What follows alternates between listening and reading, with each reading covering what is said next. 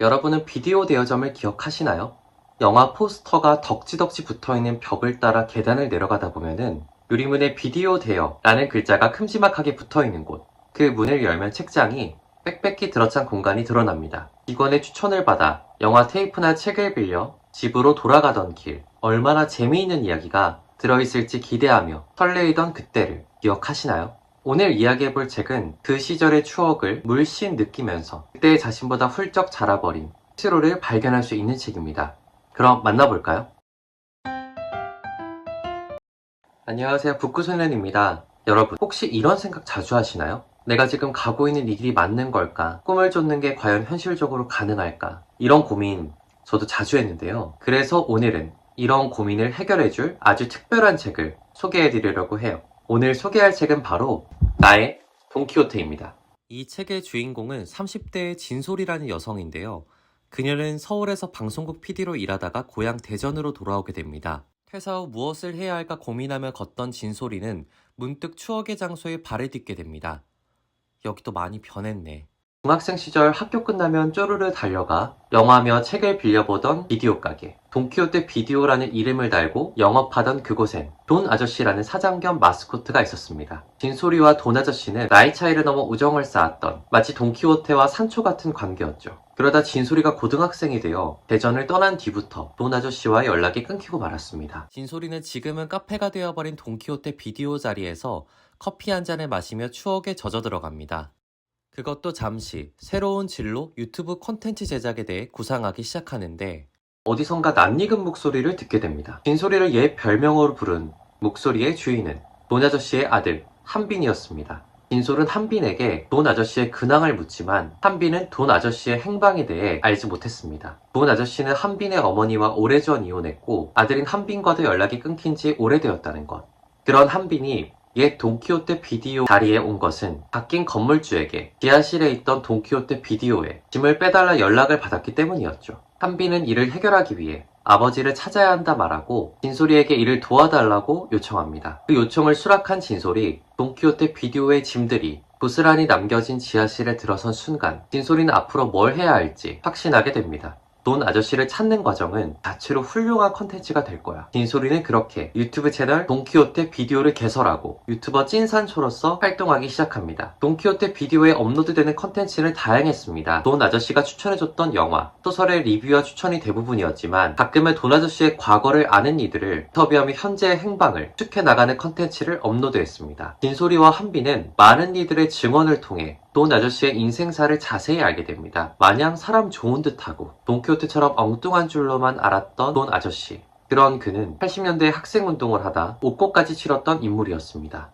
학생운동을 했던 과거 때문에 직장 구하기가 어려웠던 돈 아저씨는 인맥을 통해 학원 강사로 일하기 시작합니다. 특유의 수더분한 성격으로 대치동의 인기 영어 강사가 된 그였지만 학원의 이익만 추구하며 학생들에게 과잉 수강을 강요하는 원장의 행태에 분노하며 학원을 떠나버리죠.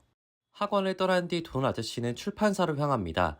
그곳에서도 부조리와 싸우는 것에 힘을 아끼지 않았던 돈 아저씨였습니다. 동료가 번역한 것이 한 유명 교수의 번역물이 되어 소위 대리 번역이 되어버리자 돈 아저씨는 그에게 사과와 번역가의 명예회복을 요구합니다. 돈 아저씨는 그로 인해 출판사의 지위가 위태로워져 결국 회사를 떠나게 됩니다. 그 후 엉망진창의 세상을 바꾸기 위해 영화감독이라는 꿈을 품고 시나리오를 집필했지만 10년 동안 영상화가 무산되는 어려움을 겪습니다. 결국 영화감독이 되겠다는 꿈을 포기하면서까지 시나리오를 판매하는 쪽으로 전향한 뒤 잠적하게 된 것입니다. 돈 아저씨와 시나리오를 함께 작업한 민 PD는 인터뷰 후에 이런 말을 덧붙입니다. 작가님이 나는 더 이상 돈키호테가 아니라고 산초라고 하셨어요. 스스로를 돈키호테라고 착각한 산초일 뿐이라고요. 그 말을 듣고 진솔이는 충격에 빠지고 말았습니다. 유쾌하고 정의로운 돈키호테를 찾아 나섰는데 산초로 변해 있다는 사실의 배신감까지 느끼죠. 그러던 중 찾아낸 단서와 추측을 더해 돈 아저씨가 현재 제주도에서 게스트하우스 겸 카페를 운영하고 있다는 사실을 알게 됩니다. 마침내 돈 아저씨를 찾아낸 진솔이는 돈 아저씨에게 어째서 스스로를 산초라 부르며 변했는지 원망합니다. 이에 돈 아저씨는 자신의 인생을 되돌아보며 자신이 진정한 돈키호테가 아닌 산초였다는 깨달음을 이야기합니다. 자신을 돈키호테라 여겼지만 진정한 돈키호테처럼 불의와 부패에 맞서지 못한 자신은 결국 그저 돈키호테의 흉내만 내는 산초였다는 것이죠. 내 생각엔 소리 네가 돈키호테다. 여기 민피디도 나한테 돈키호테지. 한시도 쉬지 않고 돈 벌겠다 애쓴 너의 삶도 돈키호테 행진이지. 꿈을 이루기 위해 몰두한 진솔이와 자기 손해를 감수하면서도 타인의 부당한 대우를 바로잡으려던 민피디, 그리고 경제적 안정을 목표로 끊임없이 노력해온 아들이 돈키호테라고요. 돈 아저씨는 각자가 자신의 방식으로 돈키호테의 정신을 이어가고 있음을 강조한 것이죠. 재회의 감격은 잠시 미뤄둔 채 유튜브 채널 돈키호테 피날레, 돈 아저씨와의 재회 촬영만이 남아 있었습니다. 그런데 그때 진솔이의 컨텐츠를 주시하고 있던 방송국이 돈 아저씨의 행방을 먼저 찾아내 방송으로 내보냈습니다. 진솔이는 여독과 전 동료들의 배신으로 스트레스로 인해 쓰러지고 마는데, 이유는 책 본문에서 확인해주세요. 책을 처음 손에 들게 된 이유는 아주 단순했어요. 표지에 그려진 이 10대 아이들의 풋풋한 모습이 왠지 모르게 마음을 사로잡았거든요. 표지를 본 순간 비디오 대여점 앞에서 친구들과 어떤 비디오를 빌릴지 고르며 설레어하던 기억들이 떠오르게 했던 것 같아요. 아마 이 책이 많은 사람들에게 사랑받은 이유도 저와 비슷한 경험을 공유한 사람들이 많아서가 아닐까요? 이 책의 인상적인 부분이라면 바로 돈 아저씨를 찾기 위해 주인공들이 유튜브 방송을 시작하는 것이 아닐까 싶어요. 1인 미디어 시대에 딱 맞게도 유튜브라는 소재를 선정한 작가의 센스 덕분에 이야기에 절로 빠져들게 되더라고요. 소재도 소재였지만 돈 아저씨와 관련된 인물들을 만나고 그를 추적해 나가는 과정이 정말 흥미진진했어요. 결국 아저씨를 찾았을 때 그 감격은 마치 오랜만에 잊고 있던 소중한 무언가를 다시 찾은 듯한 기분이 들어서 벅차오르더라고요. 그래서 마지막 페이지를 넘길 때는 아쉽기도 하고 시원섭섭한 마음이 들었어요. 이 책 속에는 참 다양한 인물들이 등장해요.